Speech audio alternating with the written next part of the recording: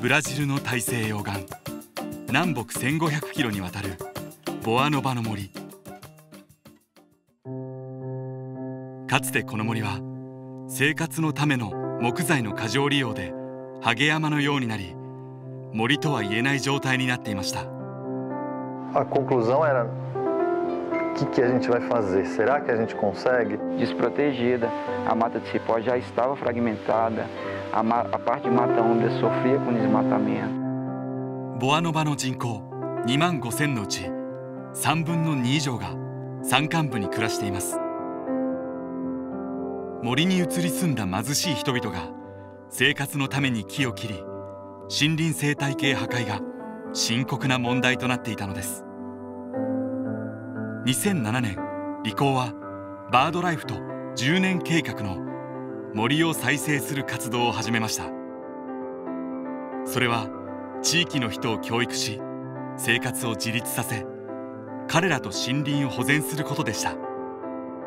Foi tão bonito esse envolvimento da comunidade com a questão ambiental, que assim, era uma conversa geral na cidade. O primeiro passo foi exatamente aproximar esse conhecimento que estava preso à academia à população local.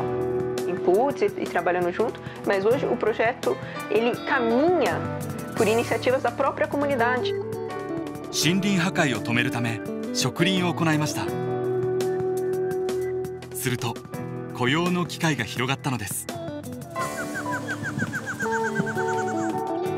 プロジェクトの活動はブラジル政府に評価され、政府からの助成金により地元に環境委員会が生まれました。2010年6月、広大な地域がボアノバ国立公園と野生生物保護区に指定されました。Era mais um sonho só, era um sonho junto, e aí as coisas aconteceram. Nós conseguimos transformar essa região num parque nacional. Gravatazeiro, passarinho me contou. O que o passarinho me contou? Me contou dos lugares, me contou das belezas naturais, me contou da nossa gente, da nossa história. その後も継続的な活動を続け、10年を待たずして2015年には未来のための森が残されたのです。A SAP Brasil nem precisa mais atuar diretamente, porque a própria comunidade é responsável e está mantendo e cuidando dessa biodiversidade. 次の持続可能な森づくりへ、リコーは新たな場所で活動を始めています。